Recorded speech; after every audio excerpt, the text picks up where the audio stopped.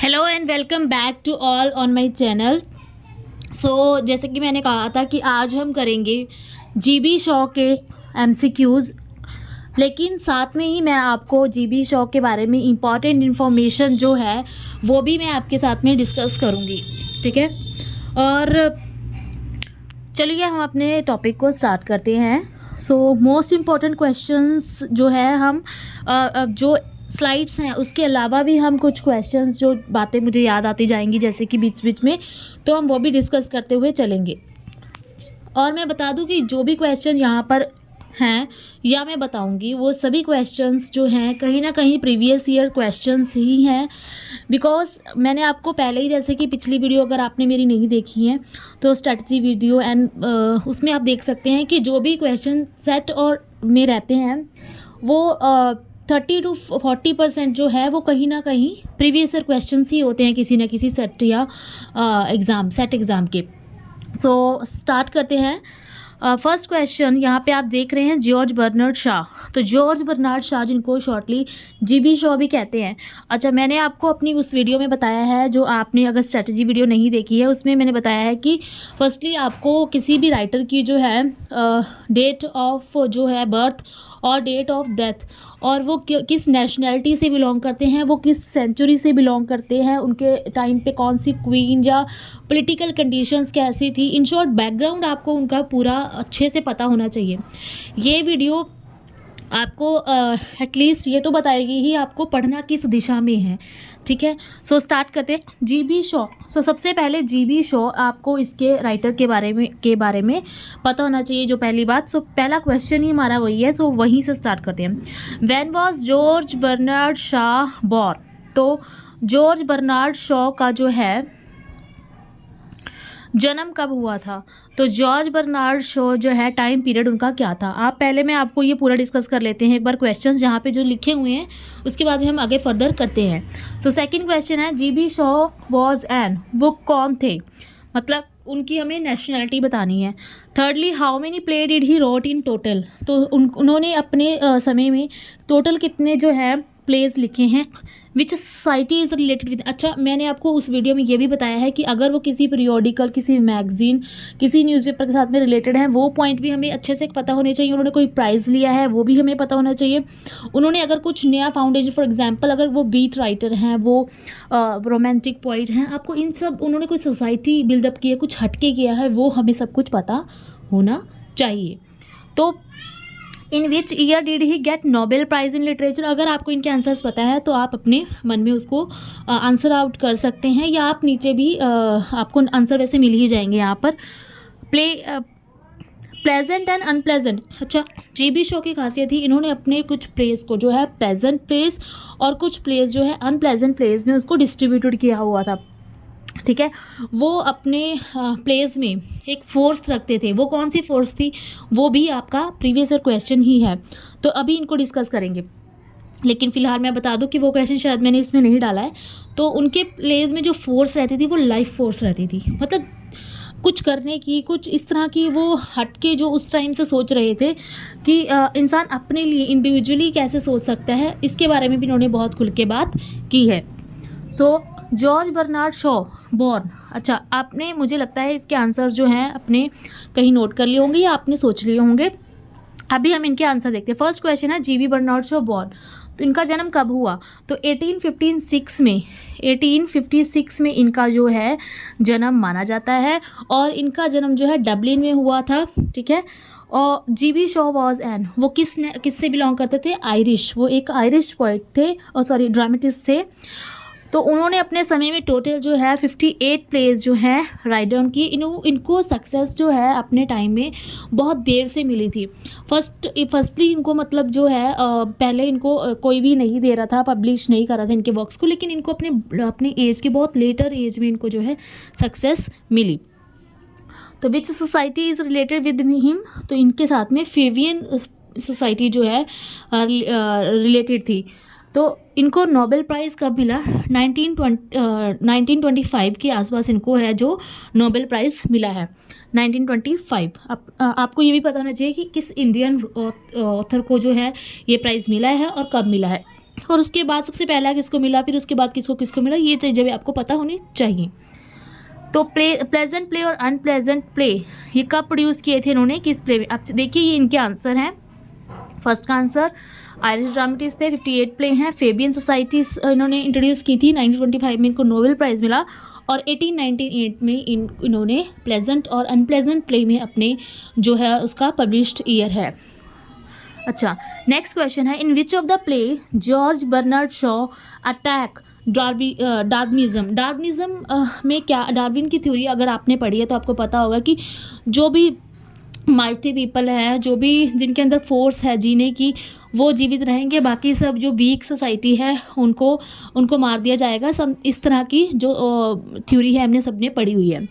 तो ये थ्योरी, इसका जो कंसेप्ट है इसको कहाँ अटैक किया गया है, किस वर्क में इनके अटैक किया गया है। तो किस आपके ऑप्शंस हैं, first man and Superman,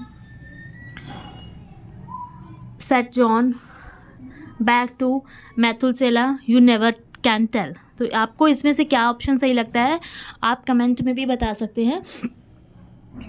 yes, इसका आंसर बैक टू मैथुसेला है। ओके, तो इसमें इन्होंने डार्विनिज्म को अटैक किया है। Next question, in which Shaw play a character name Eliza Doolittle who undergoes changes in her speech and manner. अच्छा, यहाँ पे तो आपको अगर मान लीजिए आपको कैरेक्टर का नाम भी नहीं पता, फॉर एग्जांपल, वैसे तो ये बहुत इंपॉर्टेंट है। फॉर एग्जांपल आपको अगर एलिजा के बारे में नहीं पता है तो आप अगर यहाँ पे स्पीच और मैनर देखते हैं तो ये हमें पता है एक ही प्रेमी, ये जो हमारे पंजाब यूनिवर्सिटी के जो कोर्सेज़ हैं उनमें ये पिग्मेलियन प्ले मिलता ही मिलता है। सो मैंने तो आंसर ही बता दिया। सो इन सब में से पिग्मेलियन में ये आंसर सही रहेगा कि पिग्मेलियन में स्पीच और मैनर की बात की है, किस तरह से एक जो गर्ल है उसकी ट्रांसफॉर्मेशन दिखाई की है और उसकी लाइफ के बारे में कैसे वो पहले क्या काम करती थी, आपने पढ़ा होगा। और नहीं पढ़ा है तो इसको पढ़ लीजिए, बहुत ही इंपॉर्टेंट है। इसका ईयर भी आपको पता होना चाहिए कि ये कब लिखा गया। ये 1913 में लिखा गया था, तो ये आप देख लीजिएगा। और 1913 में और क्या हुआ था, ये बात आप भी नोबेल प्राइज़ से रिलेट करके भी आप देखना, ठीक है। Which term Shaw use to describe his plays, उन्होंने अपने जो, अब ये पॉइंट बहुत ही इंपॉर्टेंट है, जो भी जीवी शॉ को पढ़ेगा उसके लिए ये पॉइंट बहुत इंपॉर्टेंट है कि शॉ जो है अपने प्लेस को डिस्क्राइब करने के लिए किसका यूज़ करते थे। वो अपने वर्क्स को कॉमेडी ड्रामा कहते थे, थॉटफुल प्लेस कहते थे, प्रॉब्लम प्लेस कहते थे, या फिर सोशल सटायर कहते थे। अभी आपको जब आप इनको पढ़ने बैठेंगे तो आपको लगेगा एक पॉइंट पे आके कि शायद हो सकता है कि ये सोशल सटायर हूँ, लेकिन ये सभी जो हैं ये प्रॉब्लम प्लेस में काउंट किए जाते हैं। आई एम श्योर आप अपने आंसर्स मेरे कहने से पहले ही जो है अपने माइंड में आपने सोच लिए होंगे। नेक्स्ट क्वेश्चन,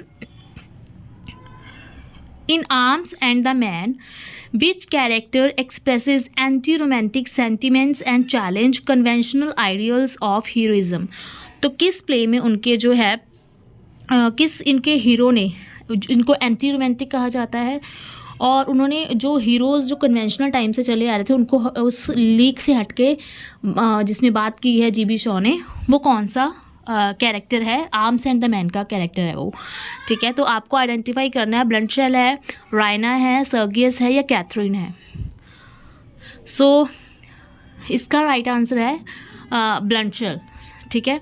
आपको इसका मतलब देखिए, जितने भी प्लेस में आपको बता रही हूँ यहाँ पर, फॉर एग्जांपल आपको ये देखिए, ये सारे ही इंपॉर्टेंट वर्क्स हैं, ठीक है।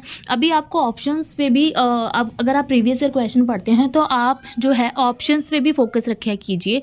पढ़ने का तरीका ही यही है कि आपको ऑप्शंस में भी जो लिखा है और जो क्वेश्चन में भी एक एक वर्ड लिखा है, अगर वो उसको ट्विस्ट करके भी पूछे तो वो क्वेश्चन हमारे हाथ से नहीं जाए। ऐसे ही क्वेश्चन प्रीवियस ईयर को पढ़ने का मतलब यही होता है कि मान लीजिए जो ऑप्शंस में जो आपका पेपर सेट कर रहा है, जो डाल रहा है, तो कहीं ना कहीं उसके दिमाग में ये भी होता है कि ये पॉइंट इंपॉर्टेंट है, ठीक है। तो हमें उसको उस पेपर सेट करने वाले के हिसाब से भी सोचना चाहिए कि अगर आप टीचर होते और आप पेपर कैसा सेट करते, ठीक है। Next question, in which Shaw play, हाँ ये तो हो गया है। In Mrs. Warren's profession, what is the controversial professions she does? तो एक इनका प्ले है मिसेस वैरन प्रोफेशन। तो इसमें ये कौन सा जो है कंट्रोवर्शियल प्रोफेशन जो है वो मिसेस वैरन जो है करती हैं। तो उसमें ऑप्शंस में रहेगा पॉलिटिक्स, मेडिसिन, लॉ या फिर प्रोस्टिट्यूट थी वो। सो इसका राइट आंसर है प्रोस्टिट्यूट। तो वो एक प्रोस्टिट्यूट थी। मिसेस वैरन का जो प्रोफेशन था वो प्रोस्टिट्यूट का था। तो ये तो थे स्लाइड्स के क्वेश्चन। अभी मैं आपसे कुछ जो है जो मुझे लगते हैं आपको फैक्ट्स बताने चाहिए वो मैं आपको थोड़ा सा बता देती हूँ। सो फर्स्ट तो है कि जीबी शो जो है पहले आपको मैंने बताया है कि इनको सक्सेस बहुत ही लेटर एज में मिली है। आप गैस कर सकते हैं कि 1925 में इनको जो है नोबेल प्राइज़ मिला। तो लेकिन पहले ये अपने जो प्लेस हैं उनको किस स्यूडोनाइम से जो है पब्लिश करते थे, लिखा करते थे। तो उनका नाम था कॉर्न ऑडी बसेटो। कॉर्न आप ऑडी, अगर आपको ये पॉइंट पता है तो वेरी गुड, अगर नहीं पता तो आप इसको ऐड भी कर सकते हैं। तो उनका ये निक नेम था, स्यूडोनाइम, मतलब जिसके नाम से वो लिखा करते थे। ठीक है, अब कि आपने अब इसको करना कैसे है, आपने इनके इनके पहले तो बैकग्राउंड लिख लीजिएगा। ठीक है, आप इनका बैकग्राउंड जहाँ भी आप नोट्स बना रहे हैं आप इनका बैकग्राउंड लिख के आप इनके वर्क्स लिखेंगे। वर्क्स लिखना स्टार्ट करेंगे with year, works with year लिखेंगे। और जब आप इतना कर रहे होंगे तभी आप हर वर्क्स की, फॉर एग्जांपल जैसे मान लीजिए इनका first play arms and the man है, ठीक है, तो उसका और कोई टाइटल भी अगर है, कोई भी अगर टाइटल है वो करेंगे। इनकी समरीज़ को आप बिल्कुल छोटे से भाग में समरी करेंगे और आप इसके कैरेक्टर्स को नोटिस करेंगे। इनमें जो भी कैरेक्टर मेन है उस कैरेक्टर में, और या फिर कोई इंपॉर्टेंट सीन है, फॉर एग्जांपल जो इनका एक प्ले है मतलब मान लीजिए कोई इनका प्ले है, ठीक है, arms and the man for example, तो उसमें जो कैप्टन का कैरेक्टर किसने प्ले किया है, एक इनका चॉकलेट वाला सीन है वो किस प्ले में आता है, कि कौन सा इनका हिस्ट्री प्ले है, ऐसी बातें आपको ध्यान में रखनी है। ओके, और कौन सा प्ले मतलब किस उसमें फॉल कर रहा है जॉनरे में, फॉर एग्जांपल कोई हिस्टोरिकल है, कोई प्रॉब्लम प्ले है, कोई हिस्ट्री प्ले है, ये सब आपको बातें ध्यान में रखते हुए इनको लिखनी है। आप कहीं से भी इसको कवर कर सकते हैं, विकीपीडिया से कर लीजिए, चाहे कहीं से भी आप इसको कवर कर सकते हैं। और आपका 5 से 6 पेजों का ये आपका जो आप अपना पूरा इसको रेडी करेंगे तो हार्डली मतलब मुझे तो लगता है कि 4-5 घंटे की मेहनत से आपका ये पूरा टॉपिक कवर हो जाएगा। और अपने हैंड नोट बनाएंगे तो आपको बहुत ही हेल्प होगी, मतलब आप पेपर तक तो बिल्कुल भी नहीं भूलेंगे इसको। अगर आप ये वीडियो अगर आपको पसंद आई है तो आप इसको लाइक कर दीजिए और शेयर कर दीजिए अपने फ्रेंड्स के साथ जिनको भी इनकी ज़रूरत है। Till then thank you and next topic हमारा रहेगा जो भी मैंने आपको वीडियोस बताई थी उसके बाद में जो भी हमारे जो मैं आपको उसके बारे में अपने कम्युनिटी सेक्शन में उसको आपको बता दूंगी कि आपका कौन सा टॉपिक जो है नेक्स्ट हमारा कल हम जिसके MCQs को कवर करेंगे वो मैं आपको अपने कम्युनिटी सेक्शन में आपको पुट कर दूंगी, आप वहाँ से देख लीजिएगा। ठीक है, थैंक यू।